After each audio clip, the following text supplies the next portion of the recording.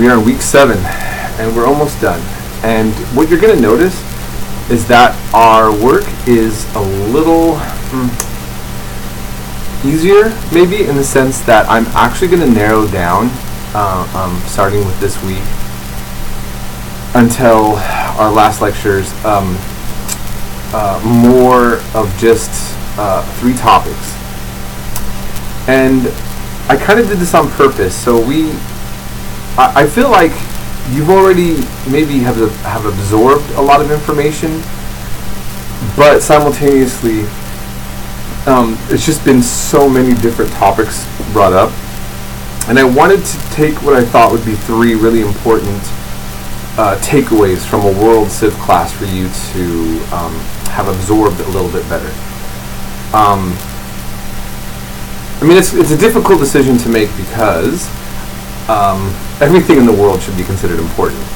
But my expertise is a little bit more focused on the Islamic world, and so I thought that I would, take advantage of that for you and give you a little more in-depth information on some important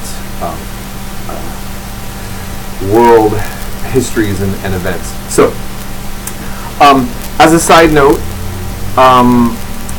I became interested in just learning about Judaism, Christianity, and Islam due to my own family background, which is a long story. So if you want to know what the intent of that, and I've been mainly just interested in understanding that world. And so having said that, this week we're really focusing on post-colonial Africa and some of the results of that. And that's not so much the Middle East. There's a little bit of a correlation with some things, with Islam and so forth, as we've talked about. But this is really a way to kind of look at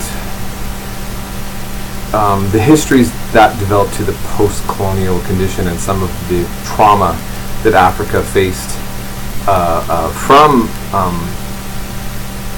Western imperialism. So this will give you a chance to really focus on that. I have a documentary clip that is really important that I think that you should be able to find very helpful. And then next week I'm going to go over the Israel-Palestine conflict thoroughly. You will really have this down. It happens to be my expertise, which is why I'm really focusing on that. And it's such a controversial and passionate topic at universities now. I don't know about how the junior college campuses are going, but basically probably one of the number 1 kind of divisive debates taking place on most college campuses has to do what side you take on the Israel-Palestine conflict. And yet for the majority of the public, it's just a mysterious, confusing conflict that goes back to time immemorial. And so I will break that down for you in very clear and concise ways.